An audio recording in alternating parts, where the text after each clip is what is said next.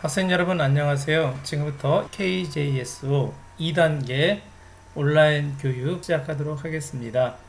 오늘 화학 부분을 배울 건데 주제는 상평형과 용해평형입니다. 이 두 가지를 배울 것입니다. 이 두 가지의 공통점은 뭘까요? 그렇죠? 동쪽 평형이라는 겁니다.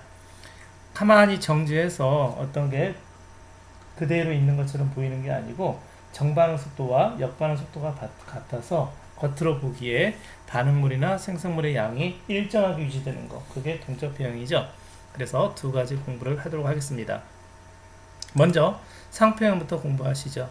상평형을 공부하기 위해서는 우리가 닫힌 계에서 일어나는 반응을 이해를 해야 됩니다. 예를 들어서 물의 증발을 생각해 봅시다. 증발이라는 것은 뭐죠? 액체 표면에 있던 분자가 분자사의 인력을 이기고 기화되는 현상입니다.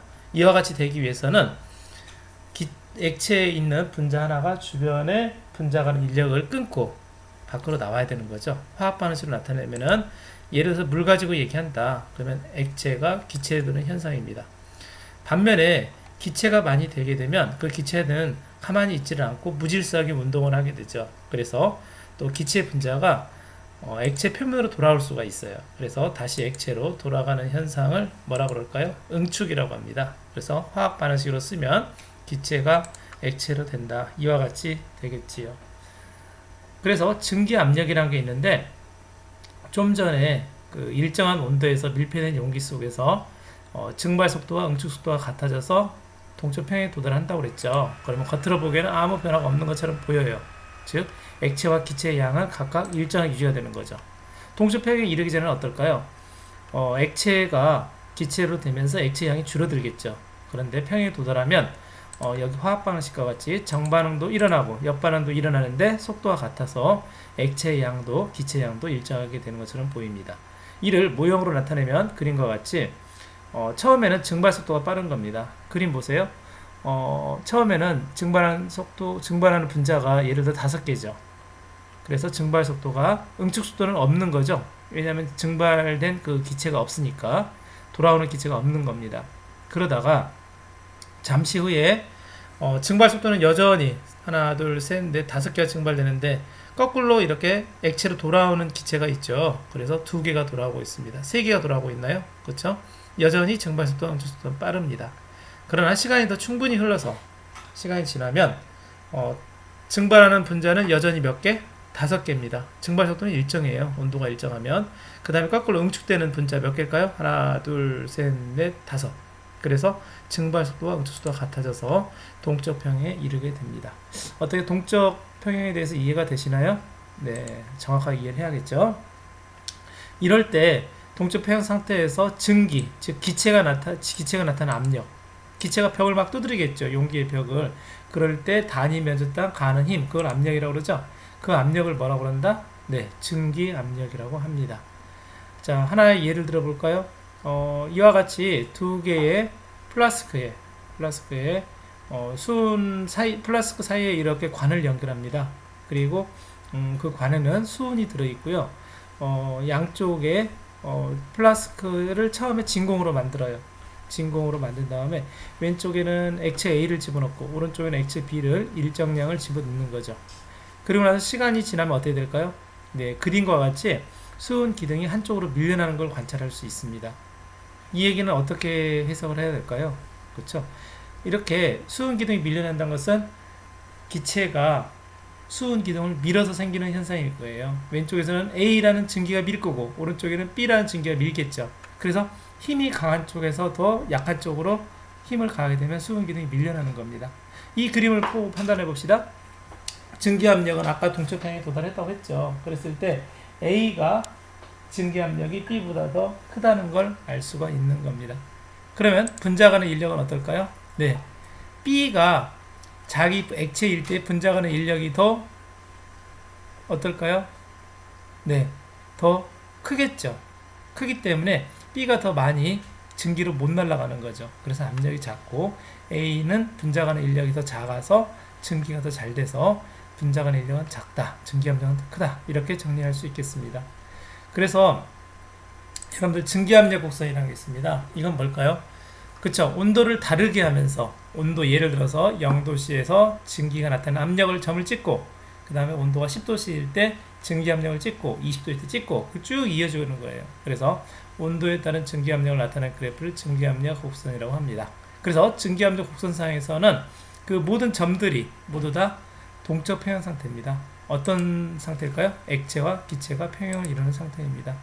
그래서 증기 압력 곡선은 일반적으로 온도가 높을수록 증기 압력 곡선은 커지겠죠.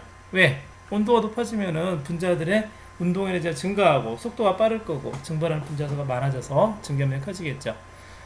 자, 만약에 같은 온도에서 액체가 다르다면은 증기 압력이 서로 다르겠죠. 그럴 때 분자 간의 큰 액체는 증발되기 쉬워요? 어려워요? 어렵죠. 그러니까 증기 압력이 작을 거예요. 예를 들어 봅시다. 밑에 그래프를 보면은 X축은 온도, Y축은 압력 해서 증기압력 곡선이 나와 있죠. 몇 가지 물질이 있나요? 보시다시피 세 개가 있네요. 그렇죠? 다이에틸, 에테르. 여러분들 에테르 아나요? 네. 그 다음에 에탄올. 에탄올은 뭐 소독약으로 많이 쓰이는 거 아시죠? 아, 에테르는 옛날에 마취제로 많이 사용이 됐어요. 그 다음에 물. 물은 여러분들 뭐 일상생활에서 항상 먹고 마시는 거. 네. 그랬을 때 같은 온도를 가정해 볼까요? 예를 들어서 20도씨. 20도씨에서 다이에틸, 에테르는 어때요? 증기압력이 크죠? 에탄올은 그 다음 크고 물은 제일 작죠. 이걸 보고 뭘 판단할 수 있을까요? 분자 간의 인력이 누가 제일 클까? 네, 물이 증기압력이 제일 작으니까 분자 간의 인력이 가장 크고 그 다음에 에탄올이 크고 에테르가 가장 분자 간의 인력이 작다는 걸 알 수가 있습니다. 이해되시죠? 그러면 이 증기압력 곡선을 해석해서 우리가 또 다르게 얻을 수 있는 정보가 있는데 그게 뭘까요? 네, 이걸 통해서 우리가 끓는 점을 알 수 있어요. 그러면 끓음이란 무엇인가? 자, 증발은 아까 액체 어디에서 일어나는 거였죠? 표면에서 일어나는 거죠? 근데 끓음이라는 것은 계속 가열하게 되면은 표면에서만 증발이 일어나는 거 아니고 어디에서도 네, 액체 내부에서도 격렬하게 기화가 일어나요. 그런 현상을 끓음이라고 합니다. 그리고 끓는 점이란 건 뭘까요?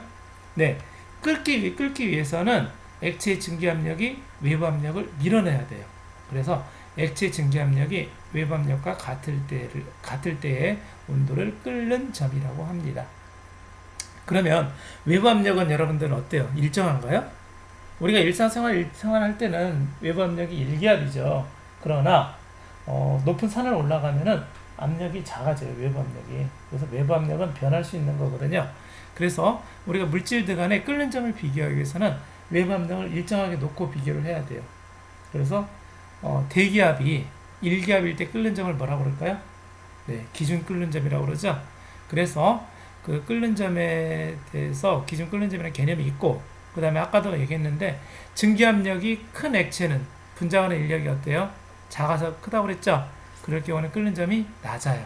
왜냐하면 쉽게 증발할 수 있으니까 대기압에 도달할 수 있겠죠. 그 다음에 외부 압력이 커지면 끓는 점은 어떻게 될까요? 점점 높아지겠죠. 왜? 외부 압력이 크다는 것은 위에서 꽉 눌러주잖아요. 공기 기둥이. 그쵸? 그러면 그걸 극복하기 위해서는 더 많은 열을 가해야 될 테니까 끓는 점은 높아지겠습니다. 자, 그걸 데이터를 통해서 볼까요? 그래프를 통해서 보면 X축 역시 온도, Y축은 증기압. 몇 가지 물질 나와 있죠? 네, 네 가지 물질. 클로로포름, 에탄올, 물, 아세트산 나와 있습니다. 자, 증기압력을 비교할까요? 온도가 같은데 여러분들 잡아볼까요? 예를 들어서 40도씨. 누가 증기압력이 제일 커요? 네, 클로로폼이 가장 크고 그 다음 에탄올, 아세트산이 제일 작은 걸 알 수가 있습니다. 기준 끓는 점 어떨까요? 기준 끓는 점 정의가 뭐였죠? 외부 압력이 몇 기압일 때? 네, 1기압일 때. 1기압은 760mmHg죠. 그러면 그때 온도를 볼까요? 클로로폼은 제일 낮죠?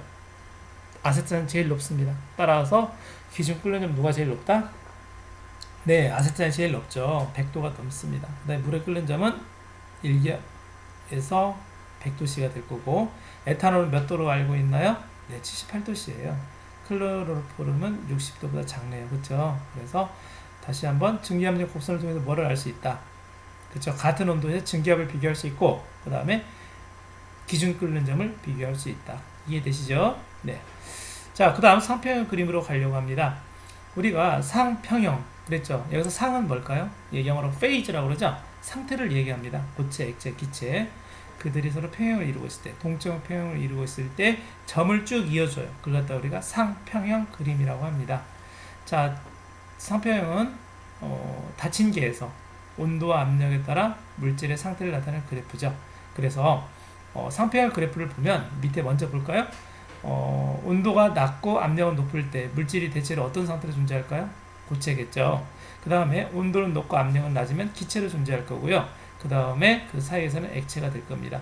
그리고 이 곡선은 크게 세 가지 선으로 이루어졌죠. 고체와 액체가 평형을 이루는 이 점들을 이어주는 선을 뭐라고 그럴까요? 네, 용융곡선 또는 융해곡선. 액체와 기체 사이에 이루는 이 선은 네, 기화곡선이라고 하겠네요. 그 다음에 고체와 기체 사이에 있는 선은 뭐라고 그럴까요? 고체가 기체가 되는 현상 뭐라고 그래요? 승화라고 그러죠. sublimation. 그래서 이 승화곡선 세 가지로 이루어졌죠.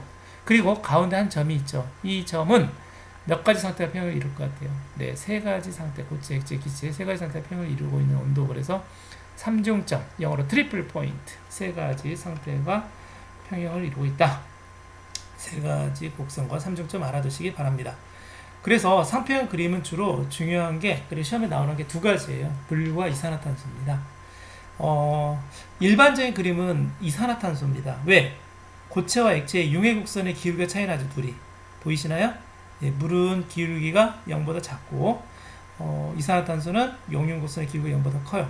근데 일반적인 거 아까 내가 이산화탄소라고 그랬죠. 왜 그럴까? 그쵸? 같은 온도에서 압력을 쭉 가하게 되면 일반적으로 물질은 어떤 상태로 갈까요?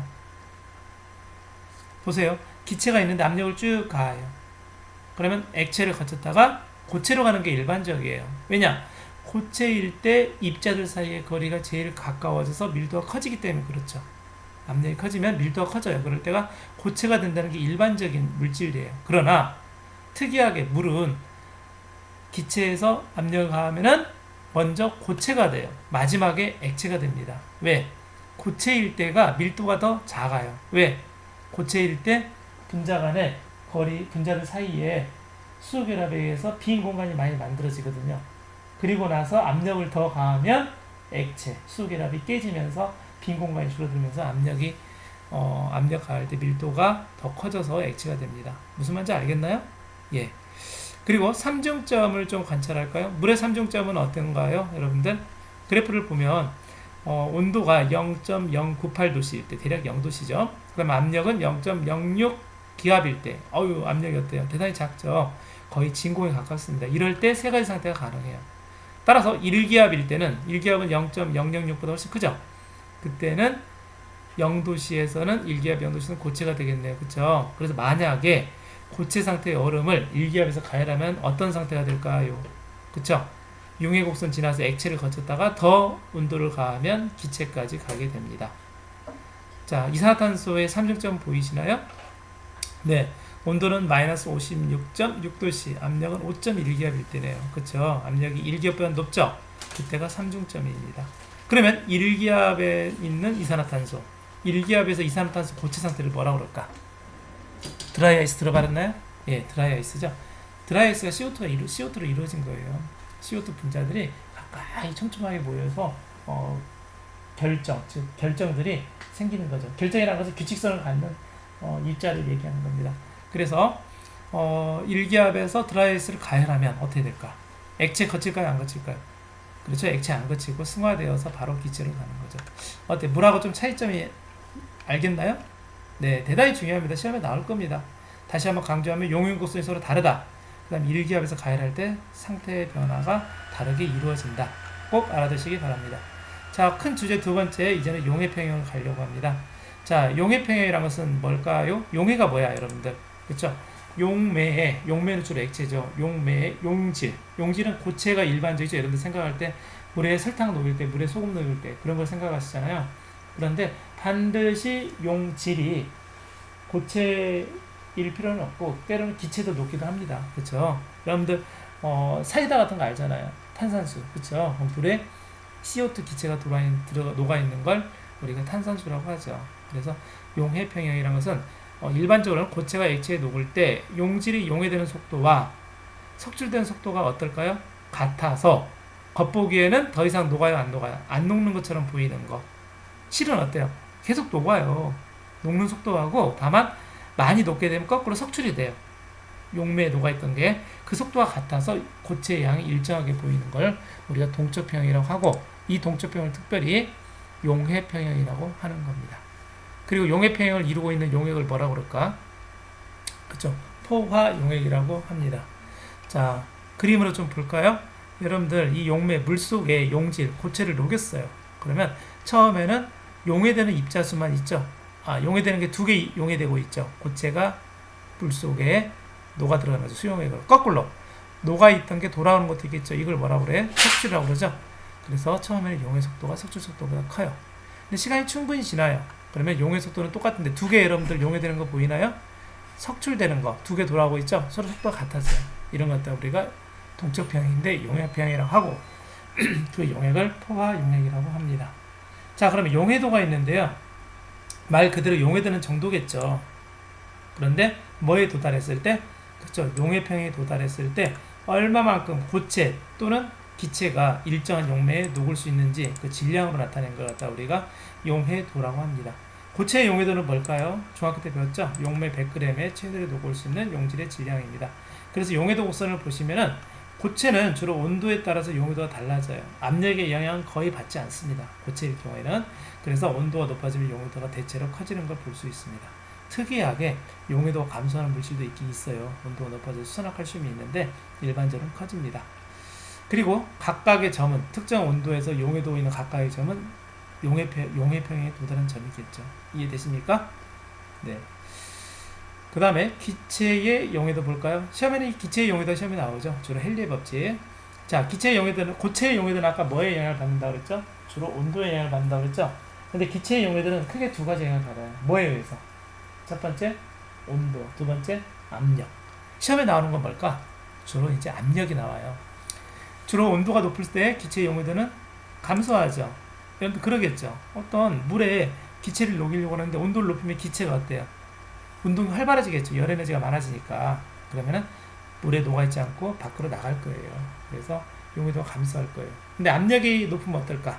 위에서 꽉 눌러주는 거죠. 대기가. 그러면 기체들이 기체로 있다가 물속으로 녹아 들어가서 용해도는 증가할 겁니다. 그 중에 헨리 법칙은 어느 부분에 초점을 뒀을까? 네, 온도는 일정하고요. 압력이 영향을 미치는 걸 얘기하고 있죠. 그래서 헨리 법칙은 대전제가 용해도가 어떤 기체? 작은 기체예요. 왜 크면 안 될까? 용해도가 큰 기체는요, 압력을 가하든 가하지 않든 잘 녹아요. 그래서 어떤 경향성을 보이지 못하죠. 근데 용해도가 작은 경우에는 일정한 온도에서 용매에 용해되는 기체의 질량은 그 기체에 뭐에 비례한다? 부분 압력에 비례한다. 왜 부분 압력일까? 그냥 압력이 아닐까? 그쵸? 전체 여러 가지 혼합기체가, 공기 같은 경우 혼합기체라는 거 여러분들 알죠? 대기 같은 경우는. 근데 그 중에 특정한 기체, A, 예를 들어서 질소만 얘기하면 질소의 압력에만 비례하고 다른 거 산소니 뭐 그런 거에 영향을 받지는 않는다. 그런 내용이에요. 그래서 부분 압력이라고 합니다. 자, 모형으로 볼까요? 여기 물이 있죠. 그 다음에 기체가 여기 들어있어요. 우리가 관심 있는 기체. 예를 들어 질소 생각하면 되겠죠. 1기압일 때는 3개가 녹아 들어가네요. 근데 외부에서 2기압으로 가고 있어요. 그럼 몇 개가 녹아 들어가? 6개. 3기압을 가하면 9개. 그런 내용입니다. 자, 이걸 풀어놨다면 압력이 1에서 3으로 증가할 때 용해된 기체 질량은 2배, 3배로 증가한다. 정비례예요, 정비례. 그 다음에 용해된 기체의 몰수는 질량에 비례할 테니까 역시 3배가 됩니다. 이걸 그래프로 나타내면 X쪽이 압력, Y쪽이 용해된 기체. 그러면 이렇게 직선 그래프가 나온다. 이게 바로 헨리의 법칙입니다. 그래서 헨리 법칙에 잘 적용된 기체는 예를 들면 수소, 산소, 질소. 다들 무극성 분자죠. 그렇죠? 극성 분자는 헨리 법칙 잘 따르지 않는다. 얘기한 거죠. 자, 여러분들 오늘 배운 내용이 뭡니까? 크게 두 가지죠. 상평형과 용해평형. 그 중에 특히 상평형은 상평형 그림을 해석할 수 있어야 되고 용해평형은 헨리 법칙을 알아두면 되겠습니다. 자, 여러분들 열심히 공부해서 나중에 3단계도 통과하시길 바랍니다.